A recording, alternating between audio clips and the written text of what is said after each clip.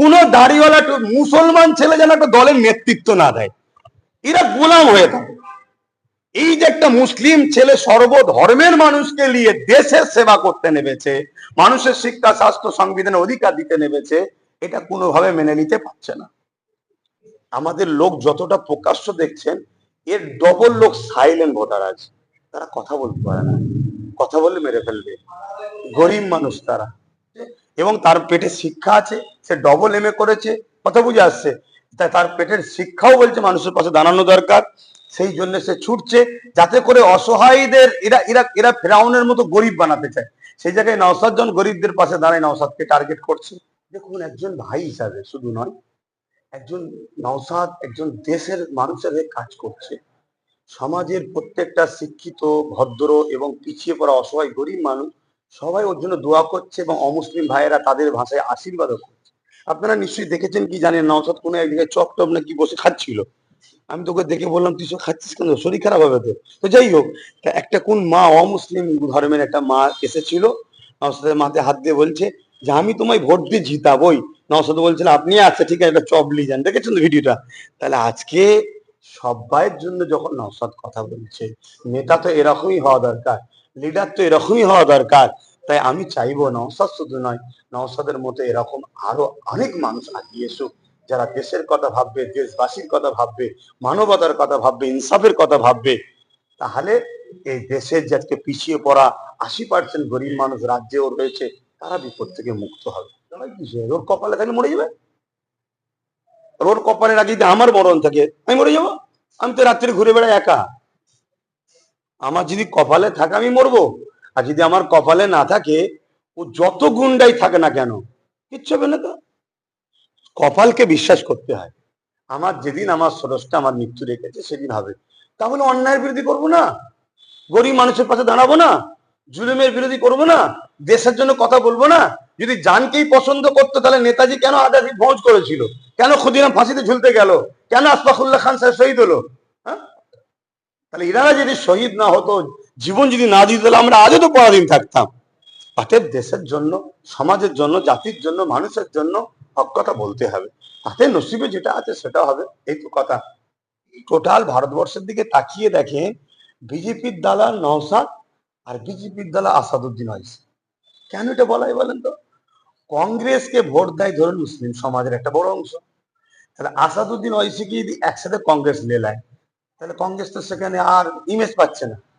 অতএব ওয়াইসিকে বিজেপি বলো বা আরো যারা আছে, ঠিক নওশাদ যখন একটা স্বাধীনতা সংগ্রাম এবং পশ্চিম বাংলায় দাদা হুজুর মানে সবটাই ধরতে গেলে মুসলিম সমাজের একটা বড় ব্যাপার, তা সেই ঘরের ছেলে যখন বেরিয়ে গেছে, তাকে যদি বিজেপির দালাল না বলা হয়, মুসলিমদের ঘরে যে আমরা সবাই লুটে পুটে করে খাই, তাহলে তারা তো চলে যাবে। আর বিজেপি প্রমাণ করো, বিজেপি বলো, যাতে মুসলমান ভয়ে বলে বিজেপি রে, আর বিজেপি কে মুসলমান সে বাচ্চা বাচ্চারাও ঘৃণা করে, এই জন্য বলা হয়। কিন্তু এনআরসির বিরুদ্ধে আইনটা করছিল কে, এনআরসি করতে চেয়েছিল কে, বিজেপি, তার বিরুদ্ধে কেস করলো কে, নওশাদ। ওয়াকাম আইন করছে কে, বিজেপি, তার বিরুদ্ধে কেস করছে কে, নওশাদ। তারপরে কি বলে, এনআরসির বিল ছিঁড়ছে কে, আসাদুদ্দিন ওয়াইসি। ওয়াকাবের বিরুদ্ধে কেস করছে কে, আসাদুদ্দিন ওয়াইসি। ঠিক দেখুন, ওখানে ও যাতে, আমি পরিবারের বিষয়ে বেশি কথা বলা পছন্দ করিনি, তবে এত বড় যখন ইলজাম দিচ্ছে, আমার ওই ভাইকে বলবো আপনি জনগণের কাছে মৃত্যু হচ্ছেন, একটু বুঝে বুঝে কথা বলেন। মমতার ডোজ খেয়ে, মমতার টনিক খেয়ে আপনার সন্তানও বড় হচ্ছে, হুজুর হবে, তাহলে আপনার সন্তান কি যেন জনগণ না বলে চিটিং বাজের ছেলে। একটু বুঝে বুঝে কথা বলবেন ভাই, এইটুকুই বলবো। কেন পরিবারের বেশি কথা বলবো? ভাইজান, প্রশ্ন শেষের দিকে যাব। ভাঙড় বিধানসভা একেবারে জাহাঙ্গীর খান তিনি দায়িত্ব পেয়েছে কোনটা শাসক দল থেকে, সেখানে কাইজার আহমেদের কিছু সমর্থকরা তারা একটু আনন্দ বুমবাজি করেছে, সেখানে একেবারে কাইজার আহমেদের পার্টি অফিস ভাঙচুর করা হলো। ভাঙরের দায়িত্ব নতুন করে পেচ্ছে। হ্যাঁ, ভাঙরকে নিয়ে এত টেনশন, কটা গুন্ডা দেবে আর? একটার পর একটা গুন্ডা চেঞ্জ করে, তাও হচ্ছে না মমতার।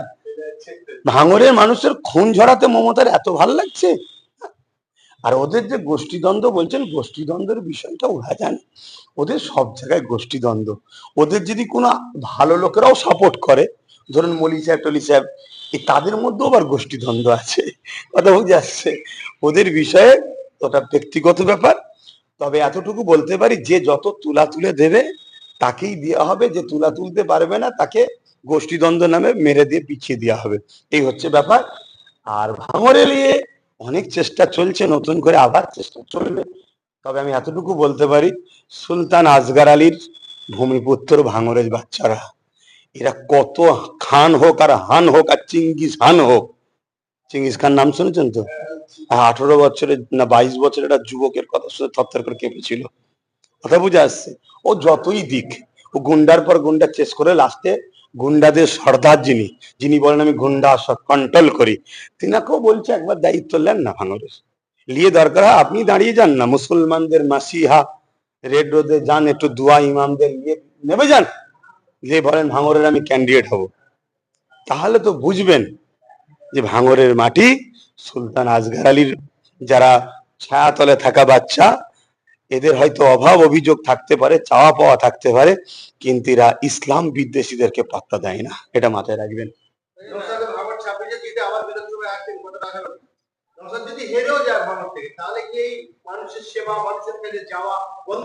ওটা তো ব্লাড।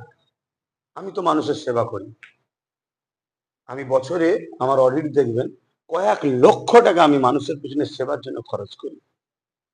কেন করি? এটা তো নেকি, আমাদের ধর্মের কাজ, তো পুণ্যের কাজ। আমি ম্যারিড স্কলারশিপ দিই, আমি নলেজ সিটিতে গরিব বাচ্চাদের পড়াচ্ছি।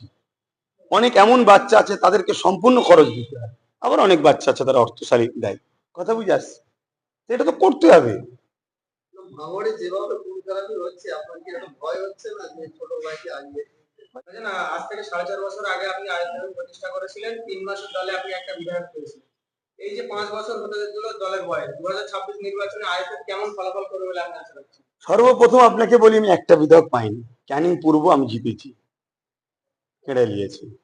আমডাঙ্গা জিতেছি, অশোকনগর জিতেছি, দেগঙ্গা জিতেছি, মধ্যমগ্রাম জিতেছি।